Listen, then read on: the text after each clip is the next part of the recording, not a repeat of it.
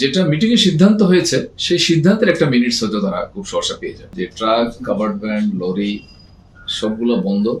আমাদের আমদানি এবং ডেলিভারি বিশেষ করে পুরোটাই বন্ধ গতকাল থেকে।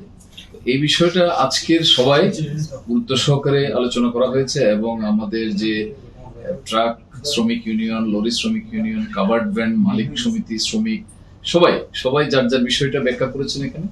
তো আমাদের চেয়ারম্যান মহোদয়ের সভাপতিত্বে মিটিং হয়েছে, আমাদের সব সদস্যরা সেখানে উপস্থিত ছিলেন। তো এই বিষয়টা অত্যন্ত গুরুত্ব সহকারেই আমরা বিবেচনা করেছি।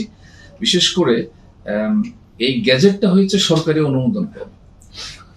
এটা সরকারি অনুমোদন ক্রমে জারিকৃত এই গ্যাজেট বন্দর প্রশাসন তাৎক্ষণিকভাবে এটা আসলে কোন রকম কারেকশন কিংবা বন্ধ করতে পারে না। তারপরেও শ্রমিকদের, ট্রাক শ্রমিক এবং অন্যান্য লরি, কাভার্ড ভ্যান, ট্রেইলার সব শ্রমিকদের বিষয়টা বিবেচনা করে এবং যেহেতু এই বিষয়টার সাথে দেশের আমদানি রপ্তানি জড়িত, তো দেশের অর্থনীতির সাথে, দেশের স্বার্থে, দেশের আমদানি রপ্তানির স্বার্থে আমাদের এই কার্যক্রমটা দ্রুত চালু হওয়া উচিত।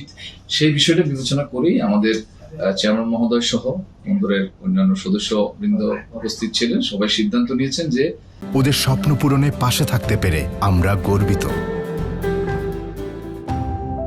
এই বিষয়টা পরবর্তী সিদ্ধান্ত না হওয়া পর্যন্ত আমাদের এই শুধুমাত্র যে যানবাহন খাতে যে ট্যারিফটা বৃদ্ধি করা হয়েছে সেটা স্থগিত থাকবে পরবর্তী সিদ্ধান্ত না আসা পর্যন্ত। সেটা আমরা চবকো বোর্ড সিদ্ধান্ত গ্রহণ করে এটা মন্ত্রণালয়ের কাছে আমরা প্রস্তাব পাঠাবো এবং প্রস্তাবটা ফাইনালি অনুমোদন হয়ে আসলে পরবর্তী আপনারা জানতে পারবেন কি সিদ্ধান্ত হচ্ছে, কিভাবে এটা রিফিক্স হচ্ছে।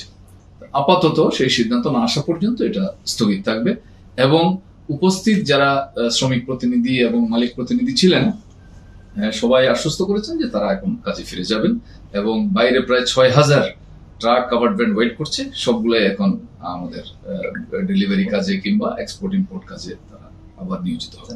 এটা একটা দাপ্তরিক কিছু প্রসিজার আছে, সেটা আমরা এখন বোর্ড সিদ্ধান্ত নেব, সিদ্ধান্ত নিয়ে এটা মন্ত্রণালয়ের কাছে প্রেরণ করব।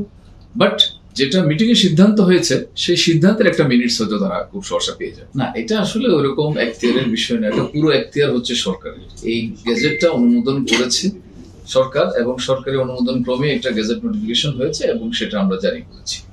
তো এই বিষয়টা যেহেতু যে ট্রাক, লরি, কাভার্ড ভ্যান এগুলোর সাথে বন্দরের ডেলিভারি, আমদানি রপ্তানি সরাসরি সংশ্লিষ্ট, তো সেজন্য এই বিষয়টা আমরা এটা আসলে কোন রকম বাদ দিই নেই বা পরিবর্তন করে নেই, এটা সরকারি সিদ্ধান্তের জন্য আমরা একটা সুপারিশ প্রেরণ করি।